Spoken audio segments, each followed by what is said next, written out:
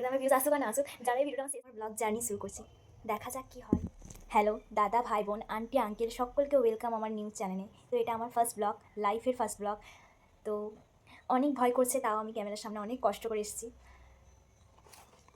তো যাতে ভুলে না যায় ওই জন্যে ডায়েরিতে লিখেও রেখেছি কিছু কিছু কথা। তো চলুন ব্লগটা শুরু করা যাক।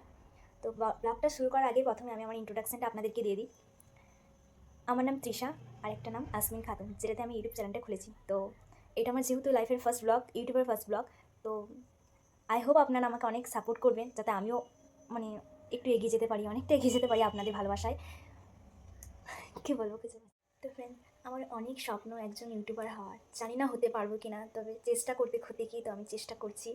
ভিডিও করলে কি হয়, নিজেকেও একটু ভালো রাখা যায়, আপনাদের সঙ্গেও লাইভগুলো শেয়ার করা যায়, খুব ভালো লাগে।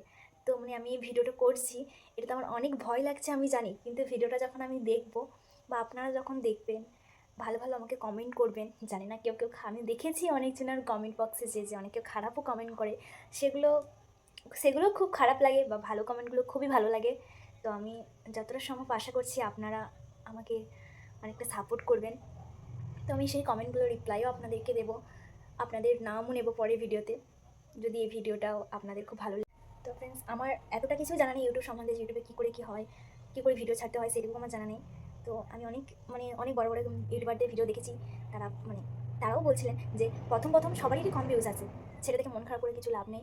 তো এটা দেখে আমিও চেষ্টা করছি, দেখি এই ভিডিওটাতে আমার কত আপনাদের কীরকম ভালোবাসা আমি পাই। তো এই যে ফোনটাতে আমি ভিডিও করছি, এটা আমার অনেক কষ্ট করে ফোনটা নেওয়া, এখন এই ফোনটার কিস্তিও শোধ হয়নি। এই ফোনটা ভিভো T4R, 23,000 টাকা দাম নিয়েছে ফোনটার, এখনও কিস্তিও শোধ করা হয়নি। মায়ের একটা আংটি ছিল, সেটা বন্ধক দিয়ে এটা কেনা হয়েছে, 5,000 টাকা বন্ধক দেওয়া হয়েছে, ওটা থেকে এটা কেনা হয়েছে। মাকে বলেছিলাম আমি ভিডিও করবো, মা অনেক, আমি একবার বলাতেই মা আমাকে আংটিটা দিয়ে দিয়েছে। তো মা বলছে তুই ভিডিও করে তারপর আমাকে ছাড়িয়ে দিবি, জানি না মায়ের আংটিটা ছাড়াতে পারবো কি না, দেখাই যাক। এটাকে জানি না, কিন্তু ভিডিওটা যে করছি আমার ফ্যামিলিকেও দেখে, তো তারা আমাকে প্রচুর বকবে যদি এই কথাটা শুনে।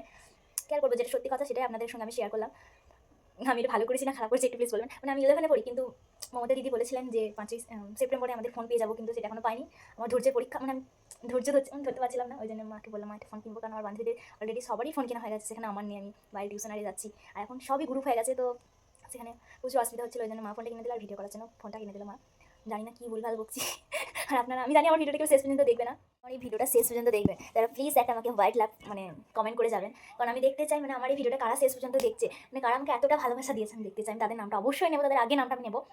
তো আমি কিছু বুঝতে পারছি না, ফার্স্ট ব্লগে কে কী বলে সেটা আমার জানা নেই, আমি নিজে দেখেছি এই ডায়েরিতে উল্টোপাল্টা কী সব লিখেছিলাম সেগুলোই বলে দিলাম, সেগুলো এখন বলা হয়নি। ভিডিওটা অনেক বড় হয়ে যাচ্ছে, আর কিছু বলতে চাই না, অন্য দিন আমি আবার সপ্তাহে কটা লং ভিডিও ছাড়ি কে জানে। Bye bye friends.